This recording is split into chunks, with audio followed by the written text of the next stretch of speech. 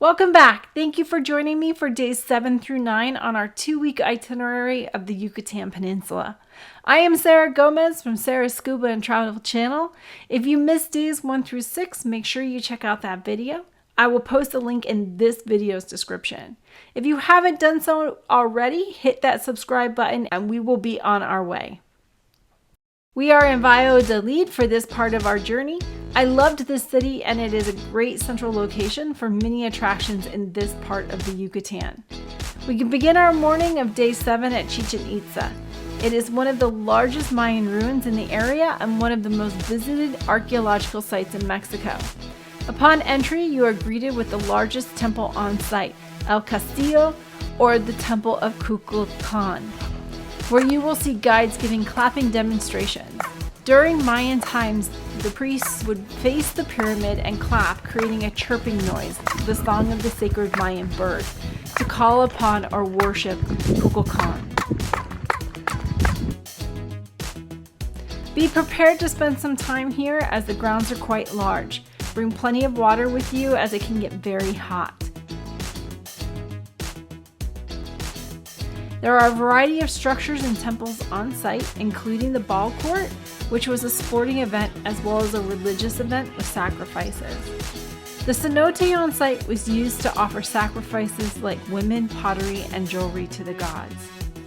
Since this is such a popular site to visit, be prepared to be bombarded by individuals selling souvenirs throughout your entire experience.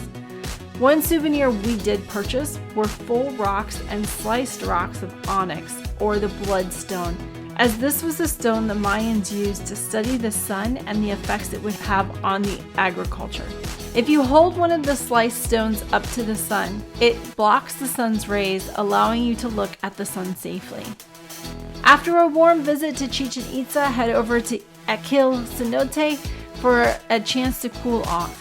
Entrance to the cenote does require the use of stairs. The minimum entrance fee includes the use of changing rooms, a locker, a life vest, and entrance to the cenote. There is a restaurant on site as well as cottages for rent. The higher price ticket does include the restaurant and one beverage. Next, head back to your accommodations in Valladolid. We rented a small studio on Airbnb near the city center and spent the afternoon and evening enjoying the city center. There are authentic Mayan restaurants and ice cream shops around the plaza. One restaurant I recommend is Restaurante El Atrio del Majab, which is next to the church.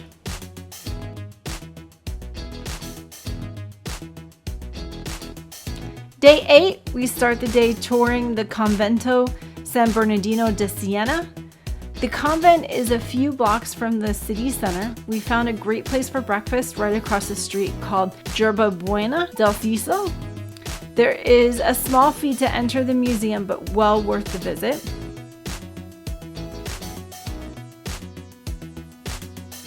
There are artifacts on display as well as the bloody history of the convent. Various artifacts, including a cannon and rifles, have been excavated from the cenote on site.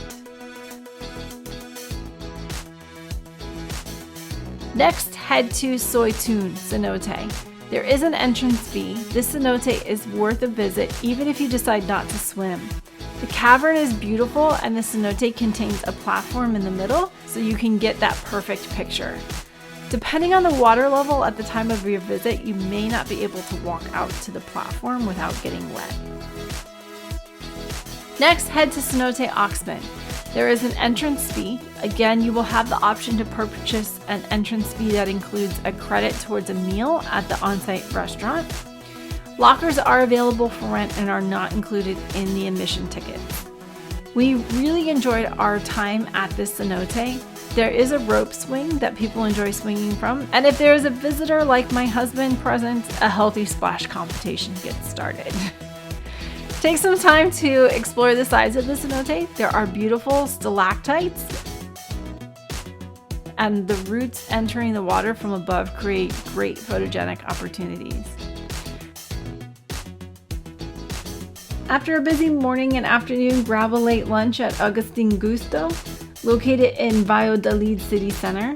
They have interesting gastro cuisine, including dried crickets as a salt replacement on top of guacamole. Take a little rest because this evening we head back to Convento San Bernardino de Siena for the 9 p.m. evening light show. The show explains the history of the convent. It is a beautiful production that should not be missed. The first show is in Spanish, followed by a second showing in English. When you arrived at the Convento San Bernardino de Siena, you may have heard some live music playing. Most likely it's coming from Los Frappes, which is across the street and offers live music on their rooftop. After the show, head over for some drinks and dancing late into the night. Day 9, head to Ek Balam Ruins. This is one of the less visited ruins in the area, so that means less people during your visit. It is smaller than Chichen Itza, but well worth the visit. At the time of our visit, they were still allowing people to climb to the top of the temple. The stairs are steep, so take your time and be careful. However, the views from the top are well worth the climb.